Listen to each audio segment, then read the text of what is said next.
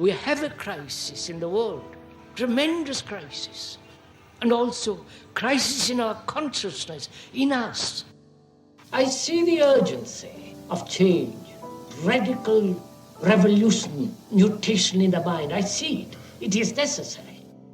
There is complete quietness of the mind, and that which is silent has vast space.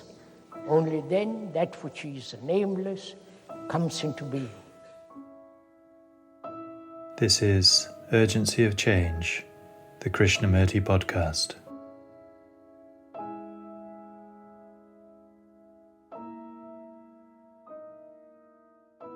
We need a new society, and that society is not going to be created by anybody except by you. I don't think we feel the immense responsibility of this. Hello and welcome to episode 87 of Urgency of Change. Each weekly episode in this season of the Krishnamurti podcast is based on a major theme of the philosopher's talks, such as freedom, self-knowledge, beauty, intelligence, and authority. Extracts from our archives have been carefully selected to represent Krishnamurti's different approaches to each of these universal and timelessly relevant themes. This week's theme is society. Upcoming themes are meditation, individuality, and peace. This podcast is brought to you by Krishnamurti Foundation Trust, based at Brockwood Park in the UK. For more information about activities and programs at Brockwood, such as the Krishnamurti Retreat Centre, Brockwood Park School, and more about the Foundation, please visit our website at kfoundation.org. You can also find our daily quotes and videos on Instagram and Facebook at Krishnamurti Foundation Trust. This week's episode on society has 5 sections.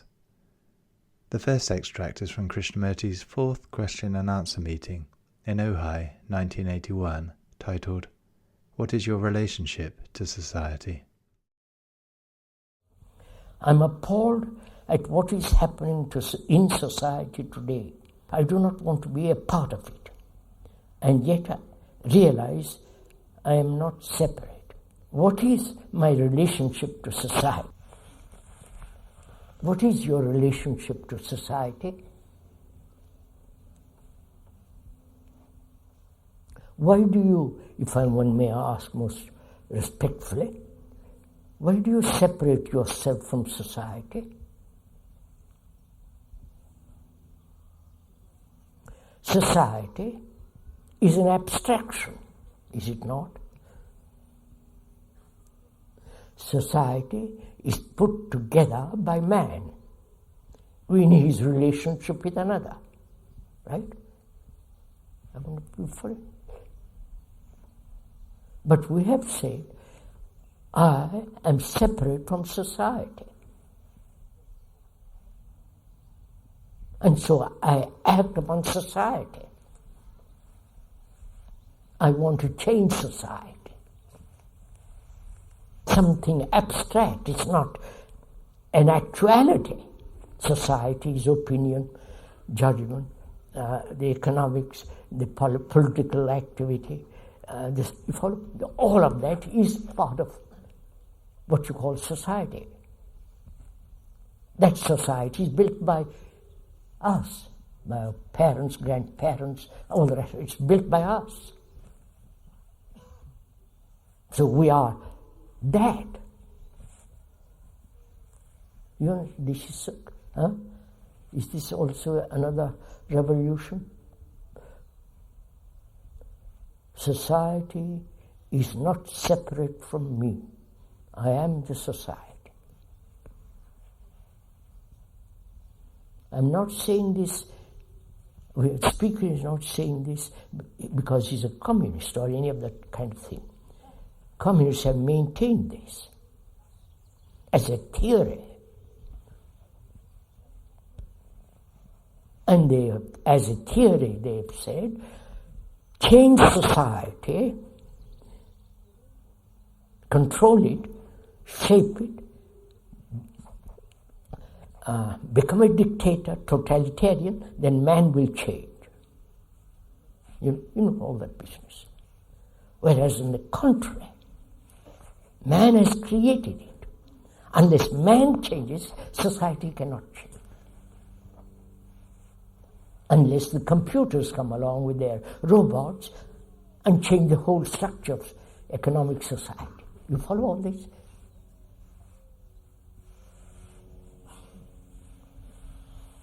So one is not separate from society.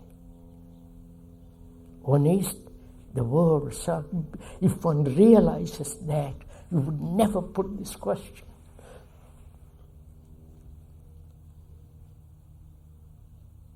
Then the problem is, the question is, what am I to do? How am I to radically transform myself? That's the real question. How am I not to be self-centered everlastingly? All self-centered activity come to an end.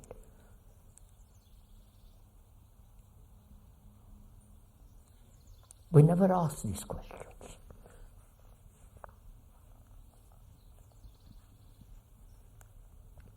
So, at your leisure moments, please ask these questions. When you're not totally occupied with your pleasures, with your occupations, with wanting to be somebody, success, all the rest of it. Perhaps you'll have time to ask this question. Ask it and remain with it.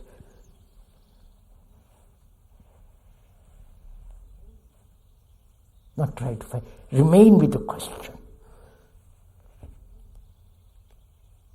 Then see what happens. Because if you say, I must change myself, who is the man, who is the entity that's demanding change? It's still, you understand all this? So one discovers that the thinker is the thought. There is no thinker apart from thought. There is no experience apart from experience. There is no analyzer apart from the analysis, that which is analyzed. So when you realize that, there is totally different movement takes place.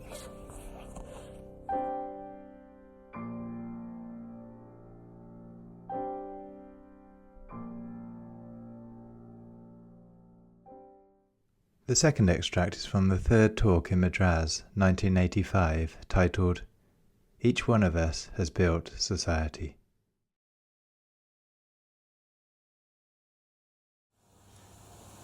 Sorrow is not only your sorrow, your personal sorrow, but there is the sorrow of the world. Sorrow of those people who have been killed in the war, maimed, blind, no arms and no legs, just the body, torso, and their relatives. How many mothers have cried, sisters, wives, lovers, and so on. Don't you know all this?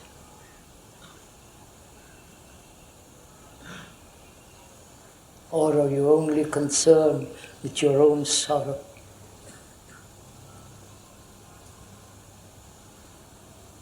If you are honest, we say, sorry, I'm only concerned with my own sorrow. I recognize this sorrow of others.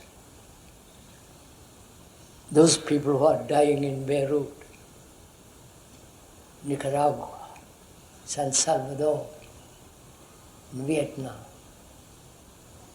They are so far away. It doesn't touch us. So there is personal sorrow and the sorrow of the world. Right? It is still sorrow. Your sorrow is like the sorrow of another. Your sorrow is one's sorrow when one loses one's son, wife, husband. And what a lot of fuss we make about it. Weeping, crying, wanting comfort. And there are all the sorrow of 1,000 million human beings who are suffering also like you.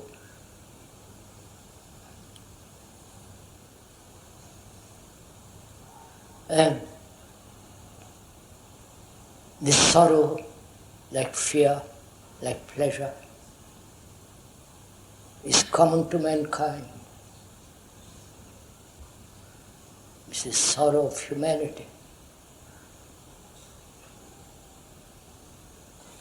And that sorrow is never ending. Probably it will never end. Because we have made the world so monstrous. The society which we have built, society doesn't exist by itself. We have built it through our fear, through our greed, through our selfishness and monstrous activity. This society is corrupt beyond words. We have made it because we are corrupt. And this corruption is self-interest, primarily. And so society is not going to help us. Religions have not helped mankind. They have not prevented wars. Though you talk endlessly of non-violence, peace in the world, I must have peace in my mind, all that nonsense.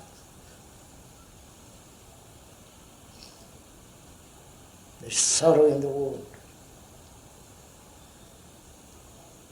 And is that, can sorrow end? Perhaps you never asked even that question. We suffer and put up with suffering. Take comfort in some religion or some doctrine or some belief. It's a strange fact, isn't it? If one loses one's wife or son or a relative, we carry that pain all our life. Don't you? You have a photo, the photo of my son on the desk. I weep quietly to myself. Or I weep publicly, which is with my friends. We never say that's the end of it. I never carry the memory of pain. It's not brutal. Put away the pain of loss in 2 or 3 days, not through years. Which doesn't mean that there is carelessness. On the contrary,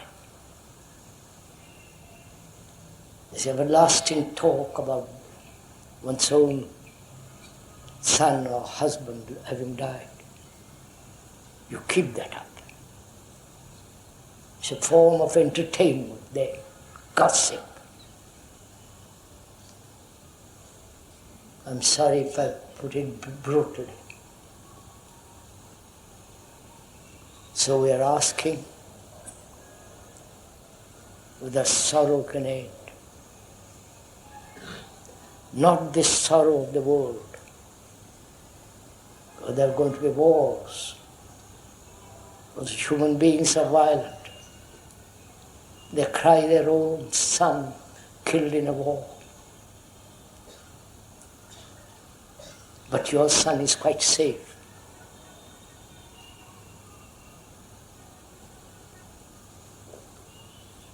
So society which we have built, which each one of us have contributed to this society, to the political world, to the world of nationalities, their divisions, that will go on. Because vast number of human beings want all that. Voting for some, well, I won't mention it. So, you will say, if I end my sorrow, if that's possible, what effect has that on the rest of the world? Right? It's like asking, if I free myself from all the trivialities of life, all the pain and the anxiety, the loneliness and the sorrow of my life, I want to cry for you.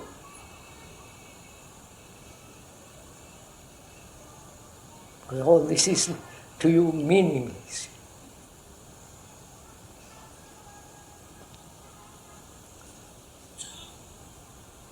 You will ask yourself, if I free myself from sorrow, what will affect the world? Will the world change because I've changed? That's a wrong question. Because when you ask such question, you are finding an excuse not to change.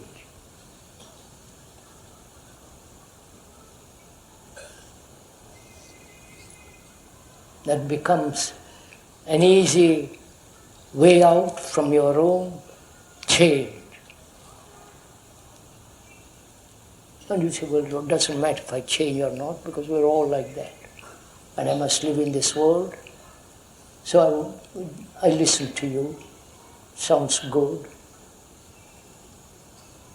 But I'll carry on my own way. So, asking a question of what will, if I change, will the world change? That's a totally wrong question. Then you are looking for a reward and punishment. If you radically change, you will find out whether it has an effect on the world or not.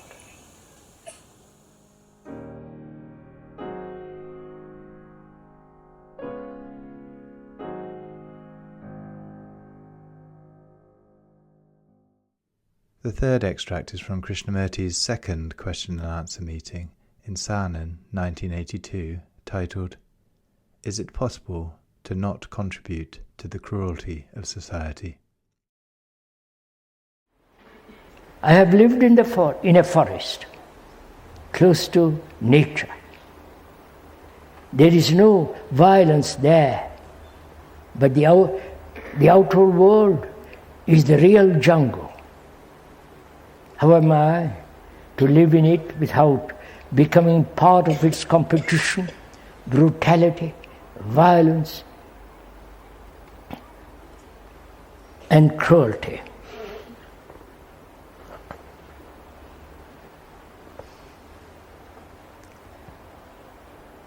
First, how easy it is to live by yourself in a wood.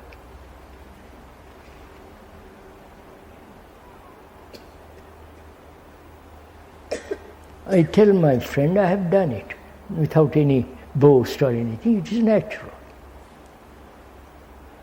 I've done it. It's very easy because you are not related to anybody. You look at the trees, the rivers, the plant, they invite you to look at them. The more you look at a tree, the more beautiful it becomes. The shadow, the leaves fluttering in the wind. It doesn't demand anything of you. You are enjoying yourself, listening to the birds, to the sound of water, to the lovely clear morning. And one is tempted to live like that forever. But you can't. Even there, if you live in a forest, you are related to somebody or something. You are related to the man who brings you milk. So there is always, even though one is a hermit, you're always living in a certain kind of relationship with another. And if you are a neurotic saint, then it becomes very easy.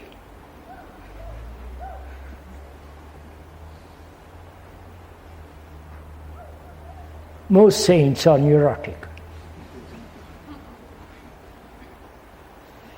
And then they give you food, clothes, and all the rest of it.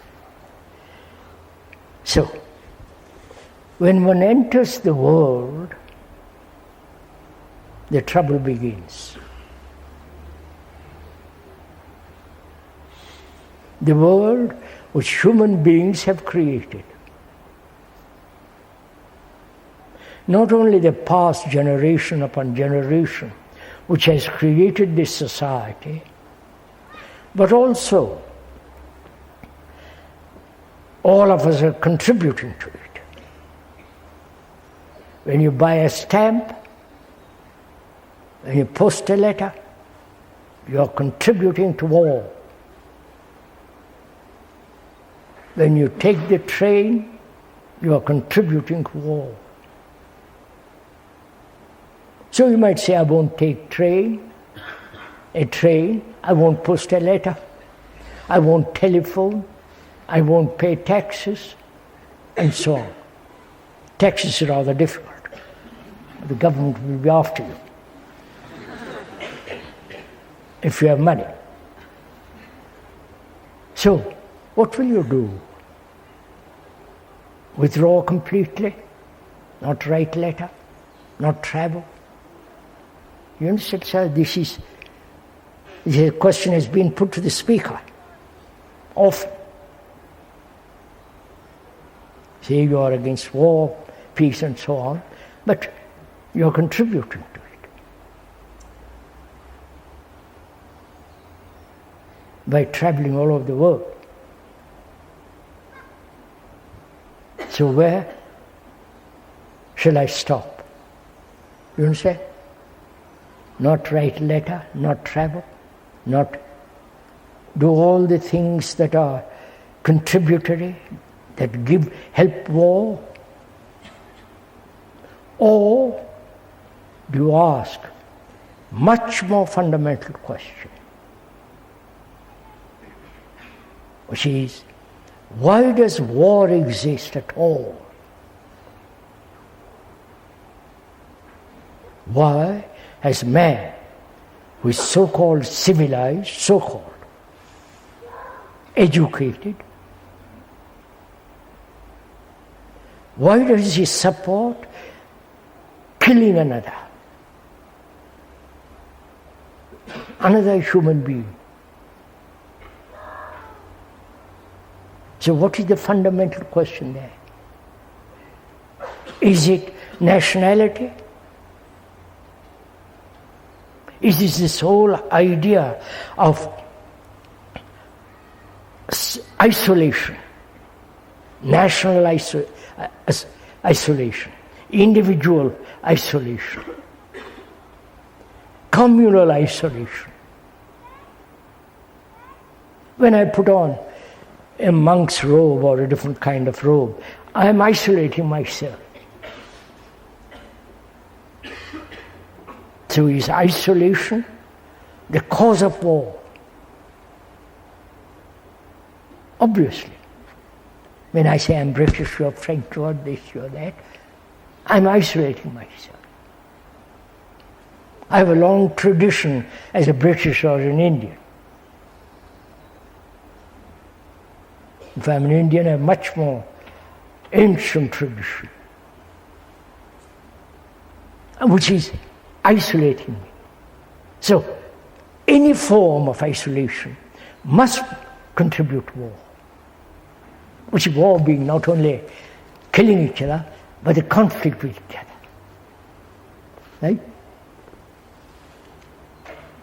Now, seeing all that, which requires intelligence, not just vague utopian idea, seeing that, the perception of this fact, that where there is isolation of any kind,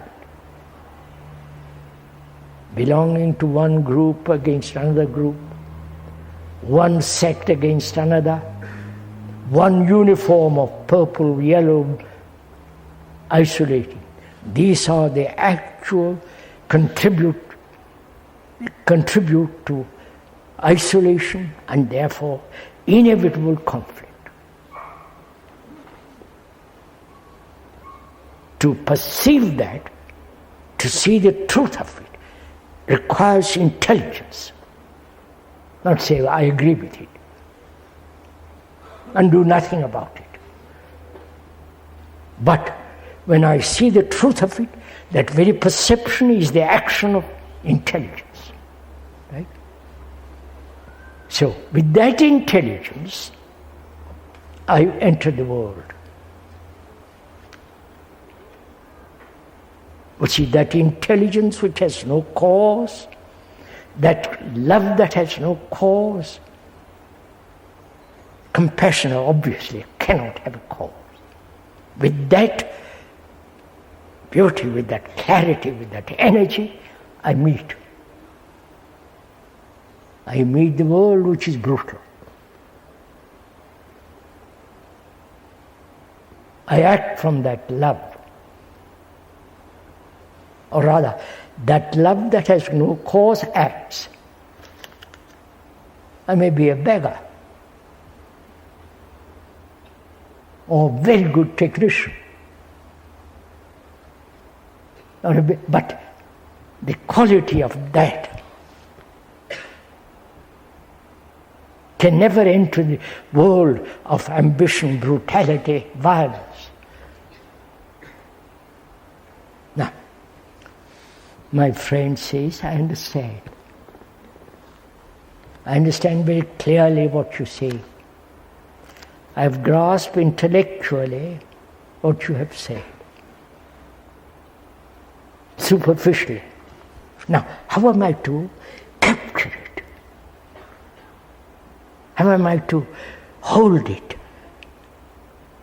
As I hold breath, as I breathe, hold something so enormous.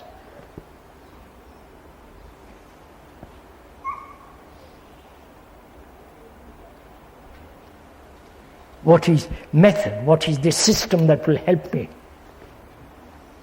Of course, obviously, when you follow a system, you're gone, finished.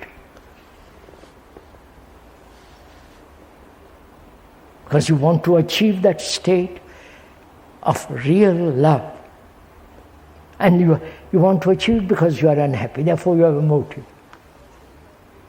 Therefore it's not intelligence. Therefore it's not love. So when you have this perfume,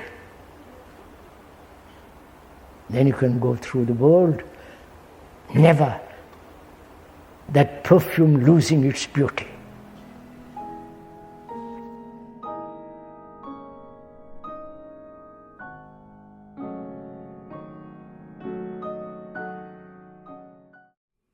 The fourth extract is from the fourth talk in Saanen, 1972, titled Society Creates an Image in Us.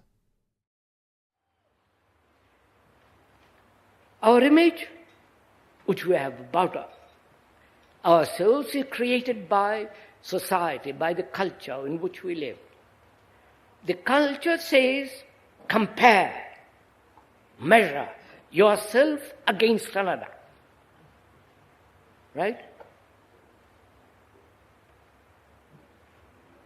Compare yourself with the hero, with the saint, with a clever man, with a man who puts words into pages, on pages, or a sculptor. Compare yourself from the beginning to the end. You are comparing, aren't you? No?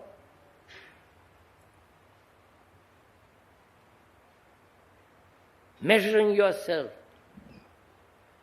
And this measurement is part of our culture.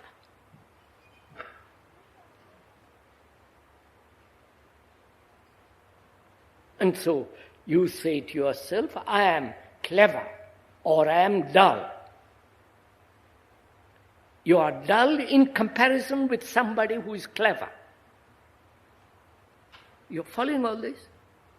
More learned, more subtle, more intelligent, more something. When you have a measure, there must be the more or the less. Right? That's part of our culture. Now I'm asking myself, why do I have this measure?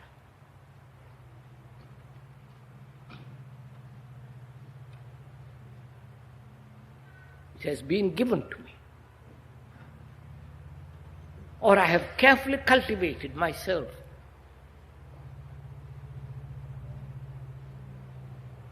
The bigger car, the bigger house, the bigger mind, the gradual process of attainment, the whole process of our existence is based on measurement. The rich, the poor, build it up. The man who is healthy, the man who is unhealthy, the man who is a saint and sinner. Now, can the mind live without measurement? Which means comparison. Can you? Have you ever tried psychologically never to compare? You have to compare when you get cloth. I'm not talking about that. When you have to compare a house or building a house, there it's necessary. But psychologically, which is part of our inheritance, like Jesus, like the Buddha, like you follow? It's our inheritance. We are brought up from childhood to measure, which is the part of our hurt. You following? If I have no measurement, I'm not hurt.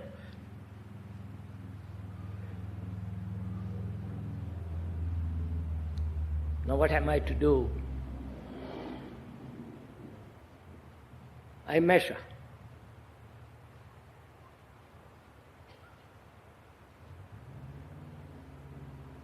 You sit there and the speaker sits on a platform. There is a division, height and low. You follow? And you say, Joe, how does that man sitting there know so much? I know so little. You following all this? This comparison, everlasting. And when you compare, you become inferior or superior.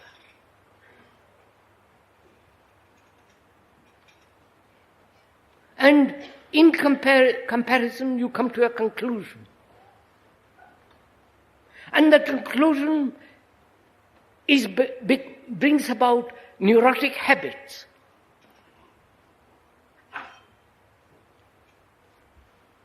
I conclude about something, right, through comparison. And I hold on to that comparison, that conclusion. Irrespective of facts of what is real. Because I have compared, I have watched, I have learned, I hold on. Haven't you noticed it? And that is a state of neuroticism, isn't it?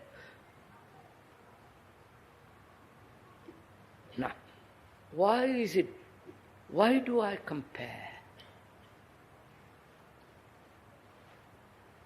Partly habit, partly inheritance, partly it is profitable.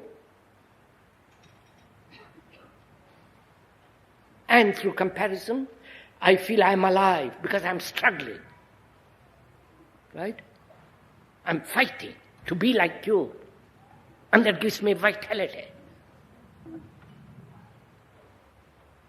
I get depressed. And all the rest of it. So I'm asking myself, is it possible to live a life in which there is no comparison at all and yet not be satisfied?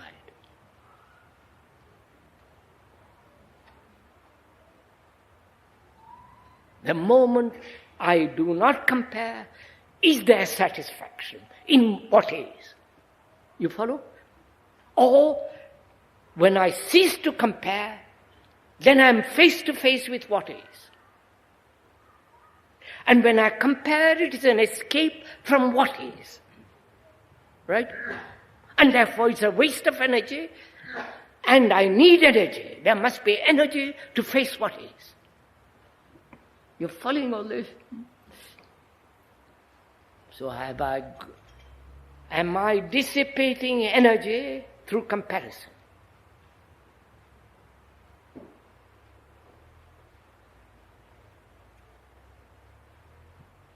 And if I am, and I have an insight into all this which you have said, which is your insight, not mine, then you have energy, which is not wasted through comparison measurement, feeling inferior, superior, depressed, all the rest of it. Therefore you have energy to face what is, which is yourself. How do you know that you are dull or unintelligent? Because you are comparing with somebody else, and therefore you say, I'm intelligent. If you don't compare, are you dull? Only you don't know. So you begin to face things. You understand? Come on, son, move.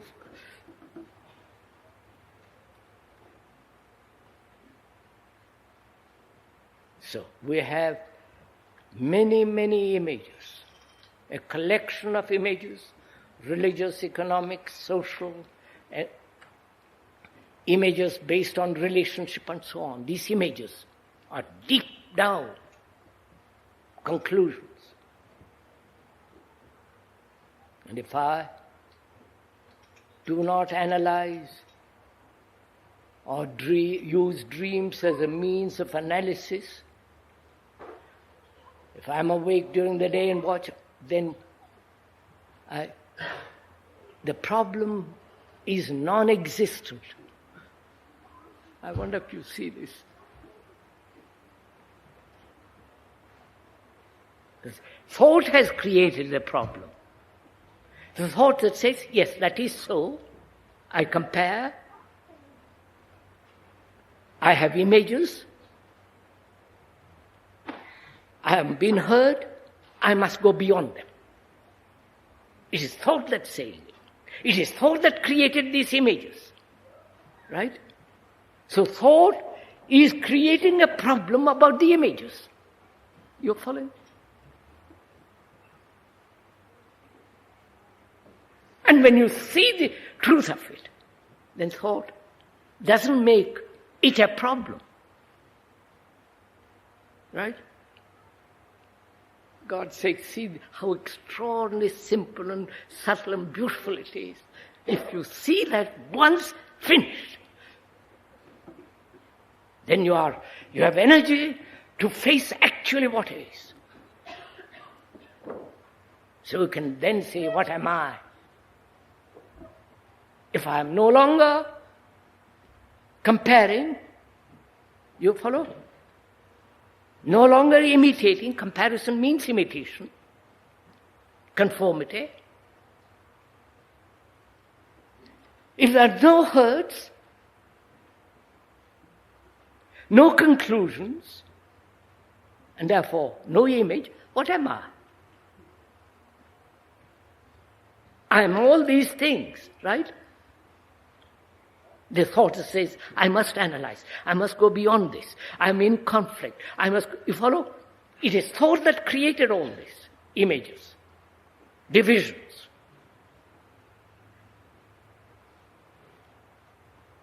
And it's thought that says, I must go beyond all this to live a peaceful, heavenly, quiet life of enlightenment. It is not enlightenment, just an idea of enlightenment. And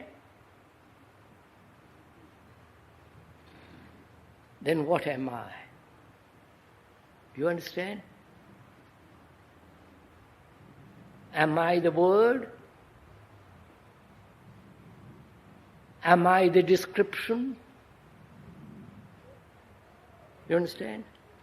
Am I the thought which is the response of accumulated memory, experience, knowledge, which are all words, you follow? Symbols, ideas. You're following all this? Then the mind is completely empty. Right? Can the mind face this complete not being? You understood? It is the wanting to be is the problem. I wonder if you're getting this. If you can't, well, I must go on. Sorry. Take what you can, but you can't let go.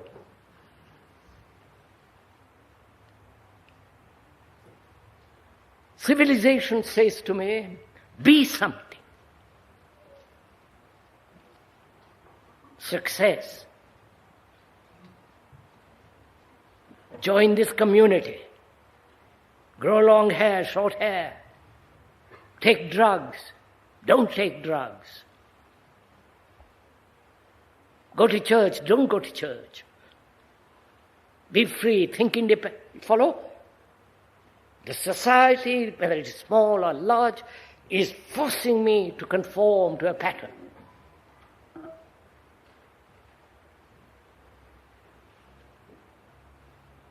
And the pattern is my image.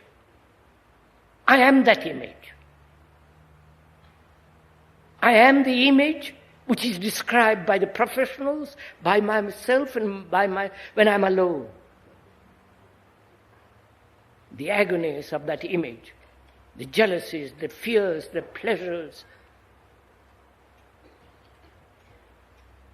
And I see all this image is what makes the mind so utterly superficial. Right?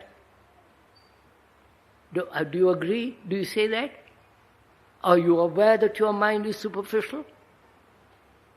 Or you are agreeing with the description of the superficial mind?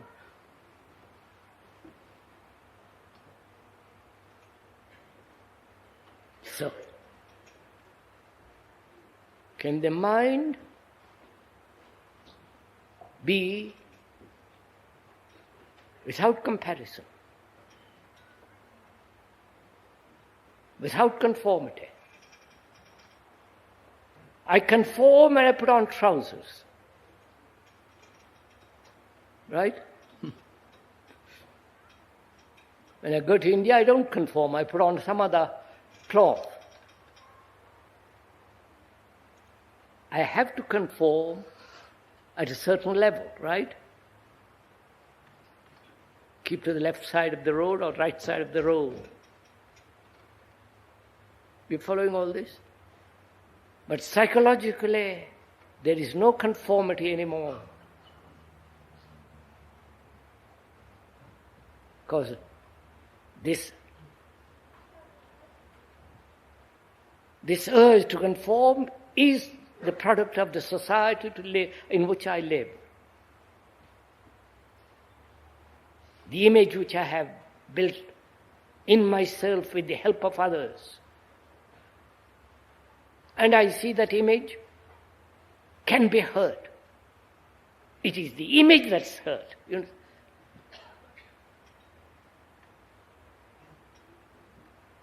And it is that image in comparison feels great or small, inferior or superior.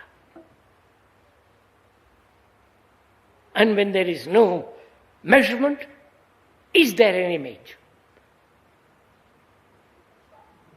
Do please. Therefore, the mind is capable of living without a single image.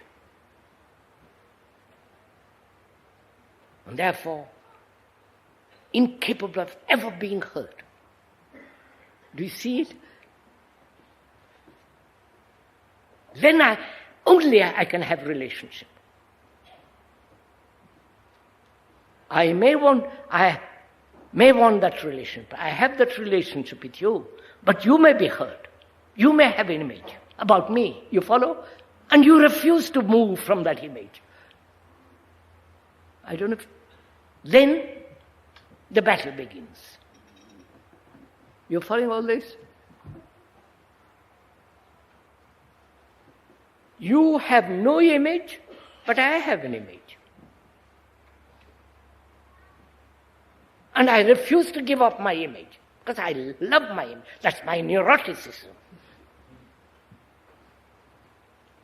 That's my conclusion. And where is the relationship between you and me? You understand? There isn't any. You say you must have relationship. The neurotic person says always you must have relationship with everybody. How can I? How can you with me who have got an image and I'm holding on to that image? I don't know if you follow all this.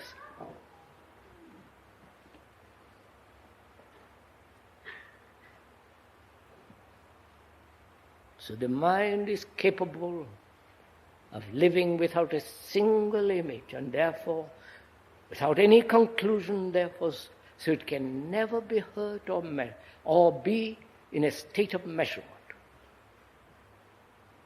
It's only such a mind that's innocent and therefore free, right?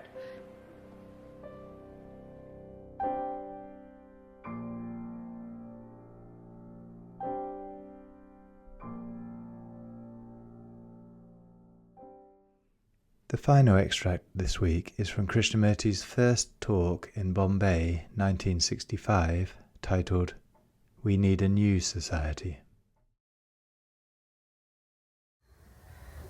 Because we must, as an individual, it's your responsibility to bring about a tremendous change in the world.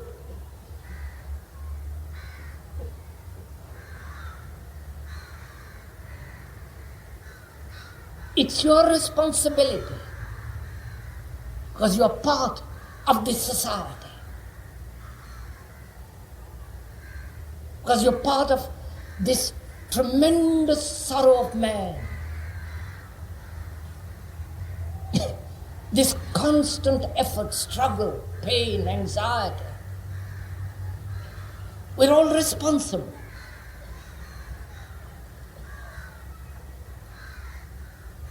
Unless we realize that immense responsibility and come directly in contact with that responsibility and listen to the whole structure, the machinery of that responsibility.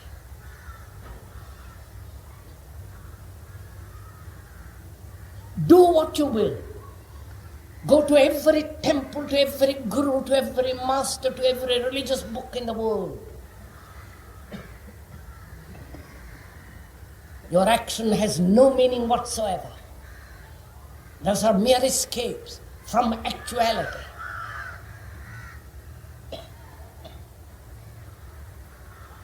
So we have to understand this existence, this life, our relationship to society.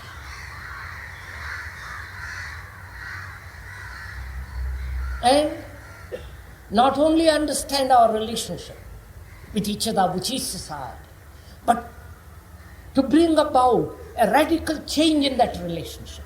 And that is our responsibility.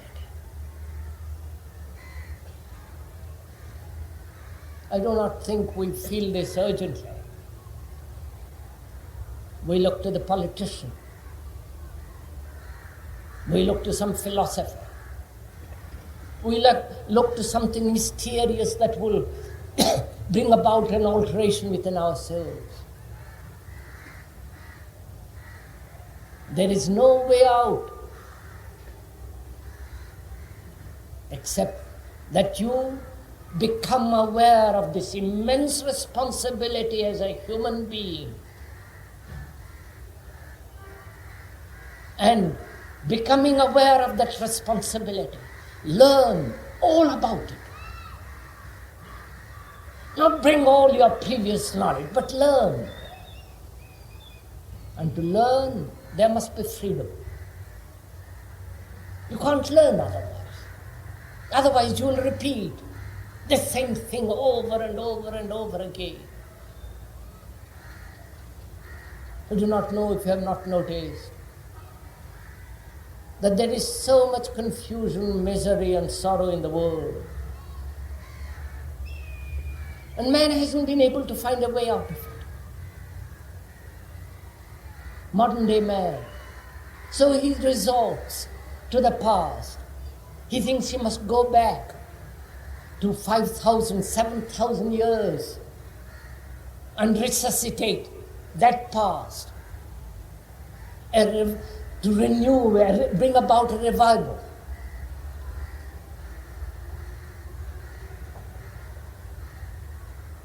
And again, there is no answer that way. There is no answer through science. Science can make life more happy, more comfortable. But comfort and pleasure are not the absolute answer to life. Nor does the answer lie through mere reform. Nor is there a way out through any temple, through any sacred book. I think one has to realize the seriousness of all this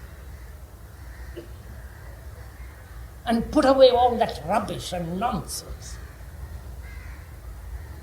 and come face to face with facts, which is our life, our everyday brutal, anxious, insecure, cruel life, with its pleasures, with its amusements, and to see if we can bring about, as a human being who has lived for 2 million years, to see if we can bring about a radical transformation within himself and therefore within the structure of society.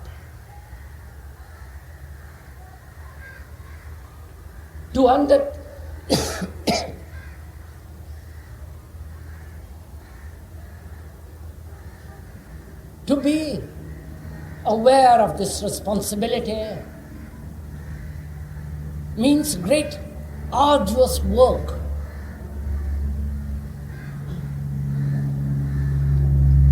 We have to work not only within ourselves, but we have to work in our relationship with others. I mean by work, not practice some silly formula, some absurd theory,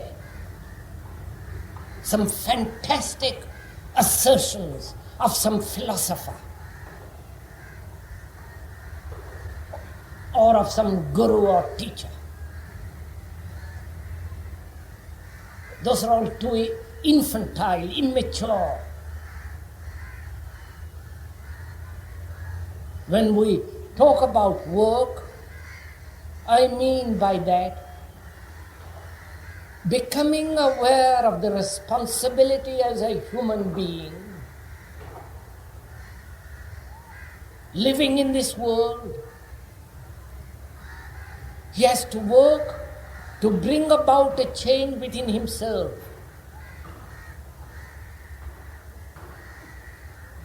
And if he really changes, if he brings about a mutation within himself, then he will transform society. Society is not transformed through any revolution, economic or social.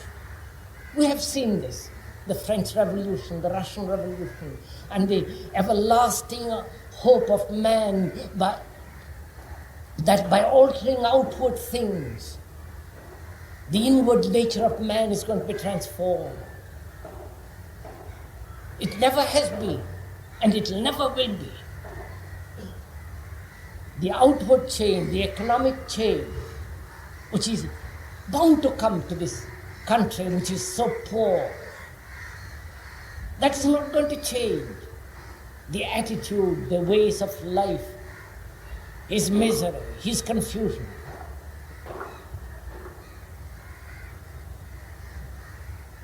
So,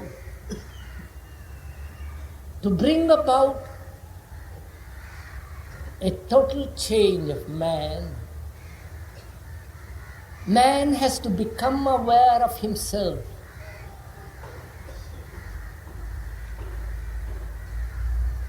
That is, he has to learn about himself anew.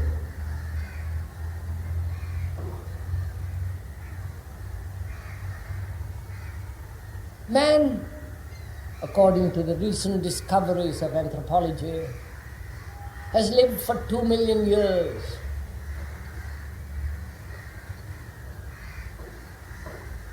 And man has not found a way out of his misery.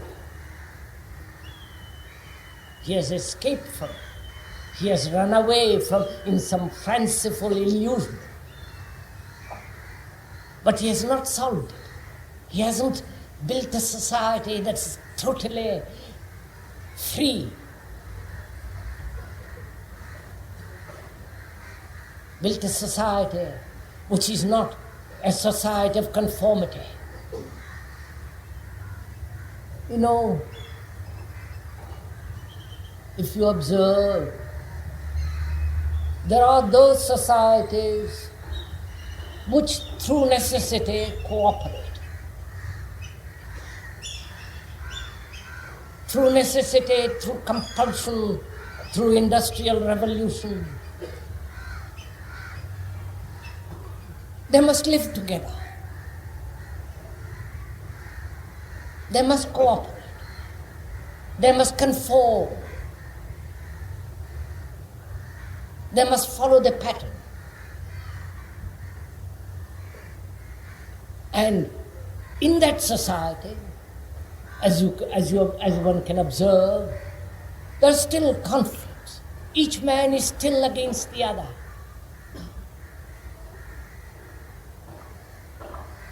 Because he's ambitious, he's competitive. He may talk about love of the neighbor. By force he must cooperate. But through that cooperation, through that assertion of loving that neighbor, he's competitive, ruthless, ambitious. Therefore, such a pattern of society brings about its own destruction.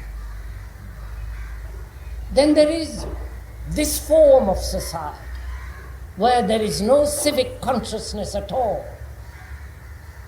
Each man is out for himself, as you observe in this country. Each man is concerned with his family, with his group, with his class, with his particular part of the country, with his linguistic divisions. And he has no civic consciousness. He's not at all conscious of what is happening to the neighbor. Whether he doesn't care. He's totally indifferent what is happening. But yet, if you observe, his religious books have told him that perhaps you will live next life, therefore behave. There is karma. What you do now will matter. How you talk, how you say things, doesn't matter to whom. The behavior is righteousness. If you don't behave now, you'll pay for it next life. That's the crude form of it. On that you have been brought up for centuries. And yet, such beliefs, such ideas have no importance in your life because you don't believe. Because you still carry on as though this is the only life that matters. Because you are competitive, you are ambitious, you destroy your neighbor. So you are not at all civic-minded socially. So there are these two. The society, the human being that lives in the society in which he is made to conform, he is made to cooperate out of necessity.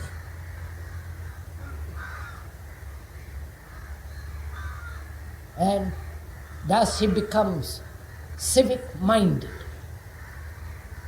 Doesn't throw things out on the road. He's punished. There is order. But within that order, within that framework, each man is against the other. Here there is no framework.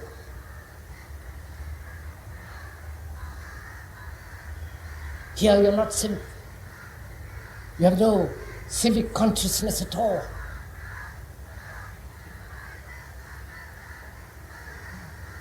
Because you don't believe one bit in what you think you have been told. So you have these two forms of society. And each of these societies inherently within itself has the seed of its own destruction. So a religious man is concerned with creating a new society, which is neither this nor that, but something entirely different, which is each human being behaves righteously at every minute.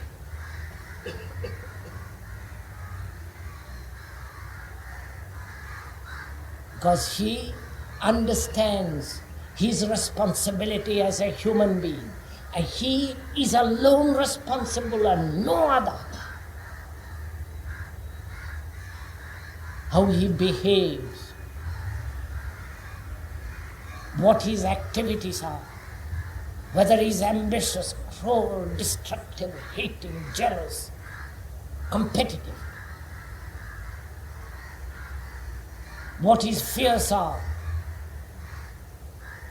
It's only such a mind that can bring about a new society. And we do need a new society. And that society is not going to be created by anybody except by you. And I don't think we feel the immense responsibility of this. And that's the first thing that matters. Because That is the foundation, which is righteous behavior, right conduct, not the conduct of a pattern, the conduct which comes about through learning. If you're all the time learning, that very learning brings its own righteous action.